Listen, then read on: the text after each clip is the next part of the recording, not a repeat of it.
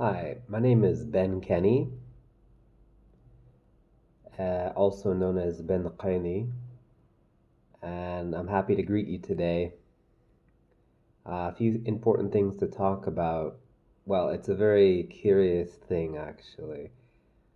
What exactly brings a person to come to such a platform and to expose themselves so fully? Well, it's a number of things, a number of different factors, but the biggest one, I think, is that one has the need to, whether it be financial, spiritual, or ideological. And there are a lot of other O's, I suppose, as well. But there is certainly something that has brought me to this place, and it's not without precedent within my own life. I mean, I have left YouTube videos before, but these were very amateurish events. Not that this one isn't, as you can well see.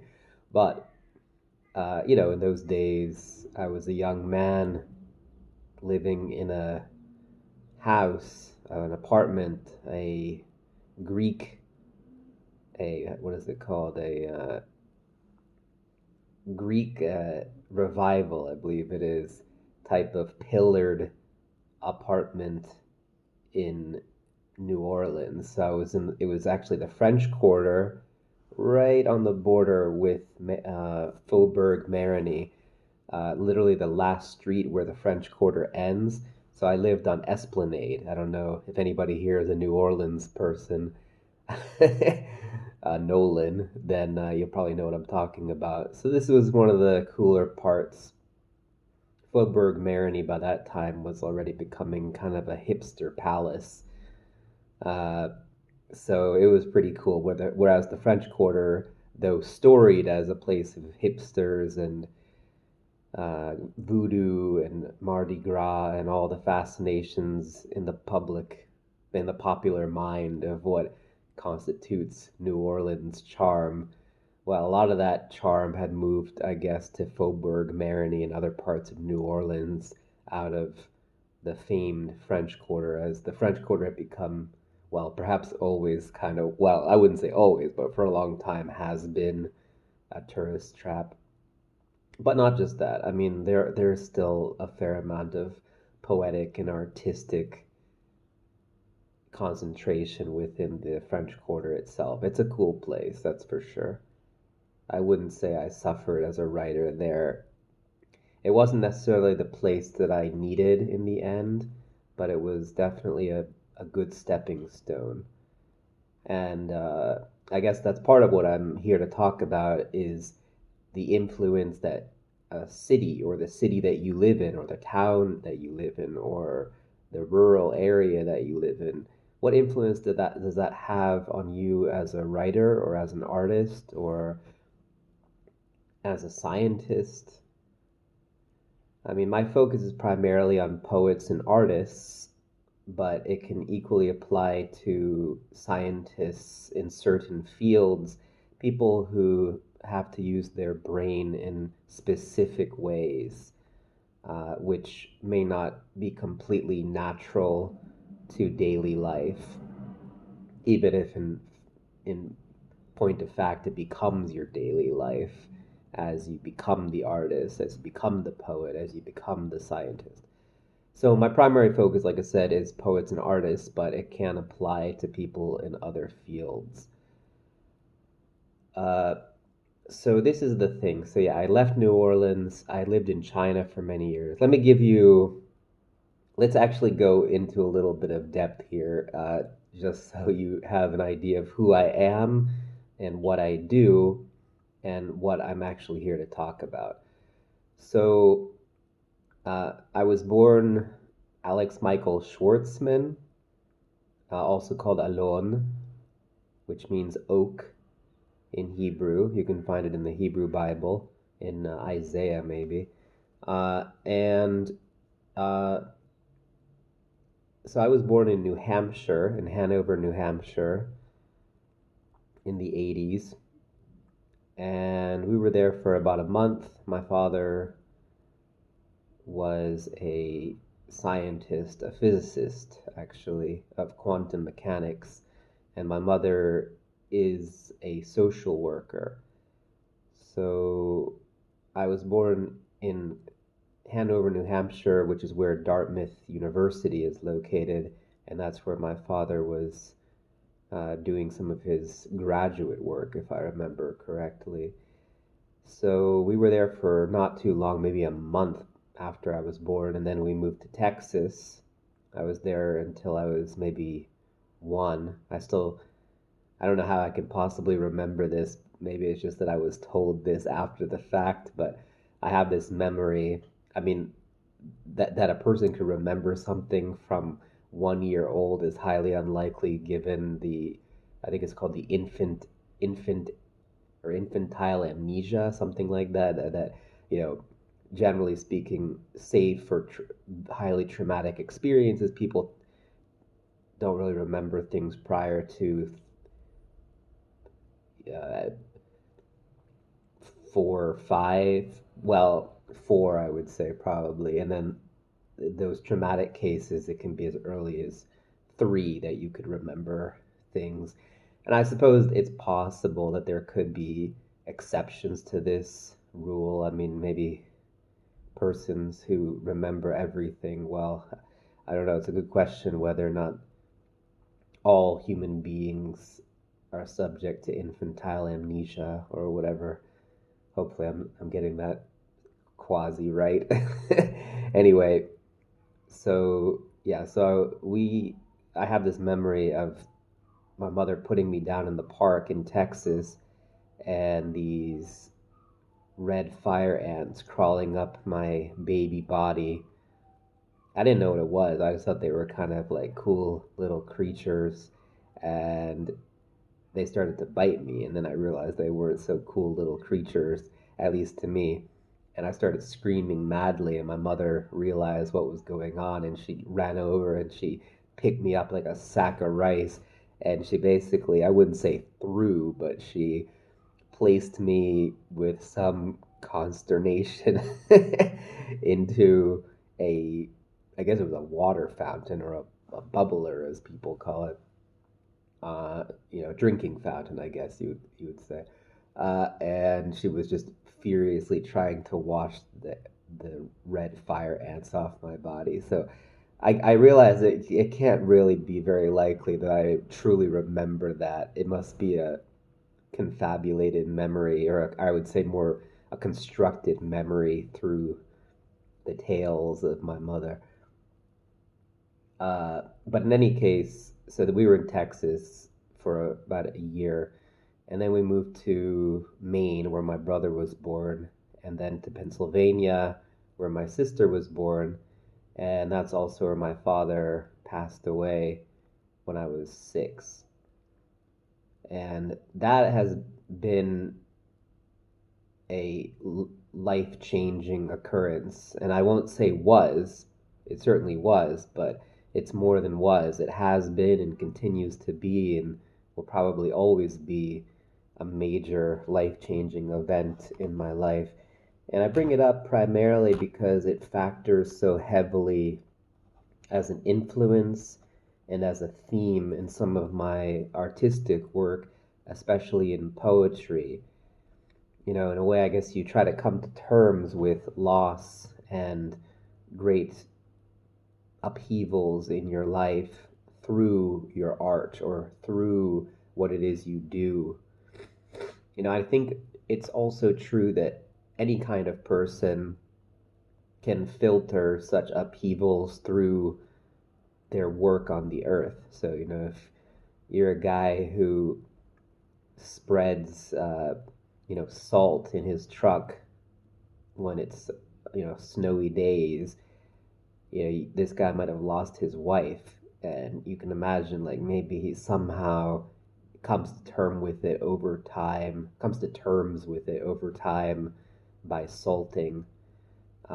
Similarly, you could have a guy who works at a 7-Eleven and he's stocking the soda bottles onto the shelves of the refrigerator, and somehow he's filtering some loss or upheaval or difficulty in his life through that repetitive action of placing the bottles.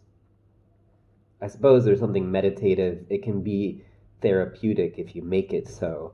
And I think it kind of relates. If you've ever seen the movie Karate Kid, wax on, wax off, that whole idea of doing things which are kind of like a counterintuitive preparation for the real thing, those can be some of the most therapeutic and helpful actions that you can undertake.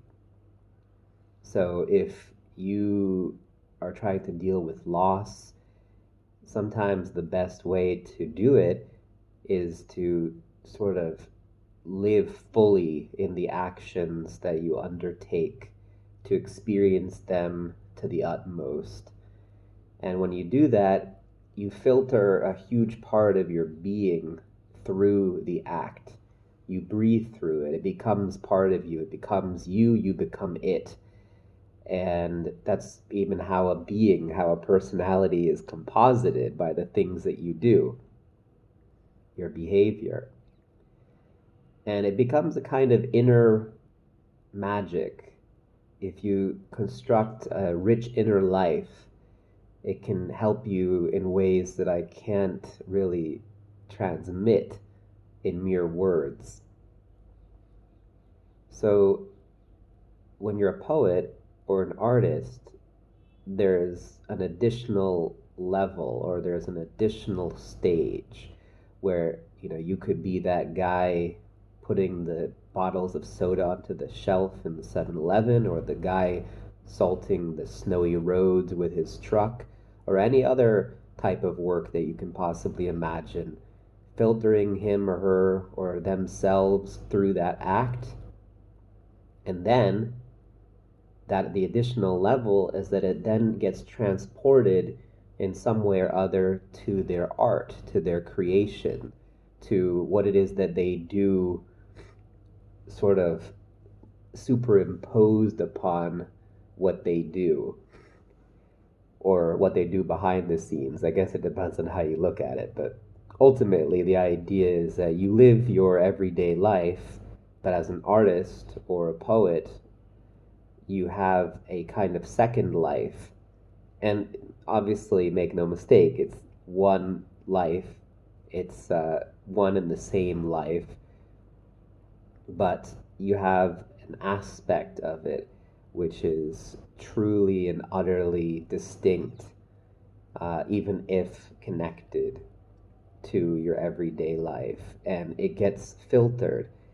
It's almost dreamlike because the possibilities in art and literature are so incredibly beyond everyday life. It is true that you can change your life to a huge degree, even in your everyday life. You can up and quit your job if you don't have any, truly binding responsibilities, or if you do and you clean them up or sort of tidy up your affairs. Well, there are possibilities. I'm not saying you should. I'm just saying that it does happen. And in my case, I didn't have a lot of personal responsibilities at that time. So ultimately, getting back to my background, essentially, we were in Pennsylvania. My father passed away there. Zichrono livracha. May his memory be for a blessing. So this is the thing. I was a very religious man for a long time, although I am not so much now. I'm a lot more secular than I used to be. But that's a whole other story, which we may get into another time, because it does connect to my creative work, actually, in a very big way, similar to my father's death. And it's different for each person, for each creator, for each poet, for each artist, even for each scientist. It really, each person has obviously a very distinct and different life and life experiences, but it's very curious and interesting to look at the things that are most influential for an artist or a poet or a scientist, even uh, in terms of their work created, and then those things in their life that so influenced those particular developments in their creative life. So you look at a person's sexuality, you look at a person's racial background or cultural background, whole bunch of different factors, they all contribute to who you are in such a way that it has an indelible effect on what you write or what you paint or what you sculpt, and can even affect how you see things in a particular way as, say, a scientist. Obviously, as a scientist, you have to try your absolute best to be as objective as possible, and you wouldn't want that to be affected in any way by your background. But it's inevitable that on some level, how one sees things will be affected by one's background and even just one's personal demeanor. But you just have to find a way to compensate. So if you know that you are sort of leaning towards a particular way of looking at things, you have to very consciously make an effort to sort of steer yourself back into a sort of straightened path of scientific reason. Primarily, what I'm talking about in the most basic of applications is the scientific method. So, obviously, that shouldn't be affected by background under the most auspicious of circumstances, but it sometimes is, unfortunately. In the arts and in poetry, it's a different matter. There's no need or necessity at all to be objective, and you can kind of give free flow to who you are and your sort of identity. And I say sort of identity and not identity without the sort of, because I really think that identity really is a sort of type of thing, because it can't in itself entirely determine who a person is. You could have a guy who is a Pakistani poet from a Muslim background that writes in Urdu, which, by the way, has an incredible canon of poetry. But it's quite plausible, well, it certainly is the case, in fact, that if you look at all of the Urdu poets in the history of Urdu poetry, not one is the same man or the same woman or the same person. They're all distinct individuals who happen to come from that background. Same thing for American poets or artists who came from, say, a Christian background, a Jewish background, etc. Obviously, they come from the same backgrounds, whether, if that is to say that they're, well, obviously Jews and Christians are not coming from the same background, but I mean that they're each coming from, backgrounds which many others also come from. But what I'm saying should be clear and obvious, but I think that there has been a trend at times to sort of see people more for their seeming identity based on uncontrollable background, rather than who they are as person. And again, obviously, who you are as a person is determined, but to a large degree, by your background, but it's not merely that. So that's important to keep in mind, of course, as you are becoming who you are to become as an artist, poet, or other type of creator. That you have to, I am sort of advising that you try to embrace who you are in terms of your background, the things that you can't control about who you are, but also to equally, if not more, embrace the things about you which are, quote, unnatural, the things that you become, the things that you turn into. That's perhaps the most important part of being a poet or an artist or other, we'll say, that you are turning into something continually that is not who you were before. And you could say that is the case about anybody, whether they're a creator or poet, artist, scientist of any sort, or they're just sort of a regular person, a person. I shouldn't say regular person, but I mean a person who doesn't take the creative road, but just people who want to live their lives in a kind of normative way. And maybe not even that. I guess you have plenty of people who are not artists or poets or scientists or any other of these types of creatives, of, as I'm calling them, who also live non normative lives. But I guess we'll have to sort of come up with a better list of terminologies to kind of properly talk about what we're talking about here. So, this is a project ongoing, and we're sort of in the same way that a person is continuously turning into something more, something else, such is the case with this series of videos. So it's a process of becoming. And a person also has to create terminologies or adopt ones to sort of put into an understandable way of seeing these developments in their life. You have to find a way to describe it to yourself and then to others. So this is the case in one's life, and this will also be the case in this series of videos.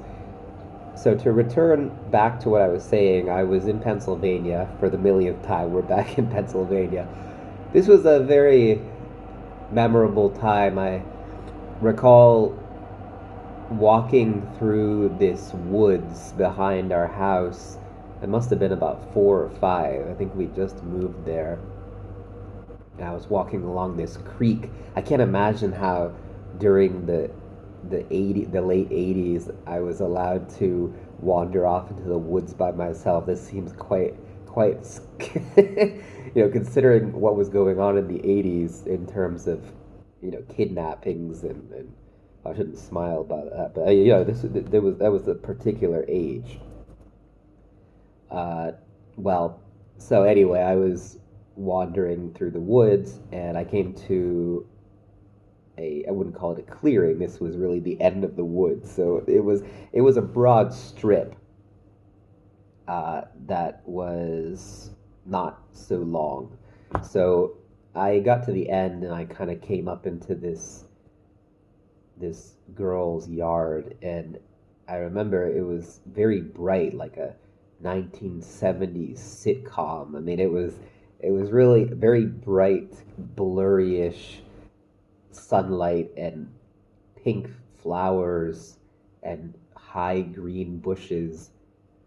This is a pretty rural part of Pennsylvania, Indiana, and there was sort of this rocking bench, this sort of old timey rocking bench of wood. And there's this little girl with bright orange hair. Well, I guess it was red, so she was a ginger, or as we call them, ginjim here. But it was more orange than red, I would call it. It had freckles all over her face, and she was just sitting there on this rocking bench, and I kind of was walking along the creek, bouncing back and forth, trying to skip over. Maybe it wasn't a creek; it was a brook. It was a tiny little we say peleg, and I'm just sort of bouncing back and forth, and I came upon her, and we became friends from that day forward. And of course, after my father's death, her mother would become our babysitter for me, my brother, and my sister.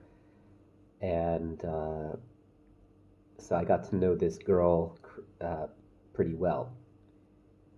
And we moved away after that, after many adventures with, we'll say, Kay. And I remember we had a sort of a pet. It wasn't really a pet, it was basically just a locust that we discovered. And we called him, I proclaimed that his name was Auk, O-C, Auk. I remember that. It must have been about 5 at the time. I mean, I can't imagine that he was our pet for longer than a day, but yeah, I do remember Auk very strikingly, so that's a curiosity. Well, so we moved away and we ended up in Rhode Island after my father's death. My mother wanted to be closer to her mother, who lived in Providence, which is the capital of Rhode Island, the state. Smallest state in America, by the way. And also where Family Guy takes place, although they live in a fictional town. Although I can attest that actually that show has a lot of aspects quite right. Like it definitely has the Rhode Island flavor, that's for sure. Uh,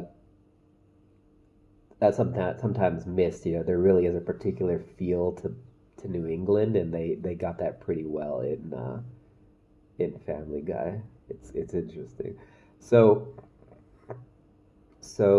we were in Rhode Island for a few years. This is where my mother became involved with a emotionally and physically abusive man, and this he was with us for many years, and he took out the brunt of his abuse on me, and that had probably one of the biggest effects on my life in terms of my later becoming a poet. Because you have to find a way to deal with that pain, to deal with that suffering, and certainly it's just there's nothing else you can do. You know, you have a number of options. You can commit suicide. I'm not saying again that that's a good option, but it is something that at times people do. It's a fact of life. Other times people turn to drugs. There are all kinds of coping mechanisms that people sort of undertake to use or abuse as the case may be. And as it was for me, I felt I had no choice. At first it was music, and I still am a musician of sorts. And you know, I recorded sort of amateur albums in recording studios in all kinds of small towns in West Virginia because I had a friend in Kentucky. We used to meet up in halfway point between Virginia and Kentucky, and so of course that was West Virginia. So we would record these crazy sort of alternative folk music type songs in these random studios in the middle of nowhere. Basically, it was so I'll get to why or how I came to live in Virginia in a minute. So let's see. So where was I? So we were in Rhode Island. This abusive man came into our lives. His abusive tyranny would last for over 6 years, and as I said, the brunt of it was on me. So, unfortunately. And in my book, this is my recently published book, Hamahberet HaSeura, or in English, The Moonlit Notebook. ISBN number 978-965-599-375. Now, the reason I bring that up is if you are an aspiring author, whether you're a poet, a novelist, or any other type of author, I really suggest that number one, you look into getting an ISBN number, very important. These are things I wish someone had told me, okay? So the ISBN number, the barcode, which is connected to the ISBN number. So when you order your ISBN number, ask for a barcode as well, because you may not get both. This, of course, applies to people who are self-publishing or who are their own publishers or who have their own publishing house, if you will. This wouldn't necessarily be an issue if you were publishing through an established publishing house. Well, they should hopefully take care of such things for you, but it depends on who you're working with, and that's been my experience. So, on top of that, you have to also be aware of, depending on which country you live in, you want to have a copy or a number of copies sent to whatever is the equivalent in your country of the Library of Congress, basically. So the National Library, if there's such a program exists in your country, it's very important to send your work, a copy of it, or how many copies they request, to their premises so that they can hold on to copies and register your creations. So get it. You have to research, what bodies need to take copies of your book.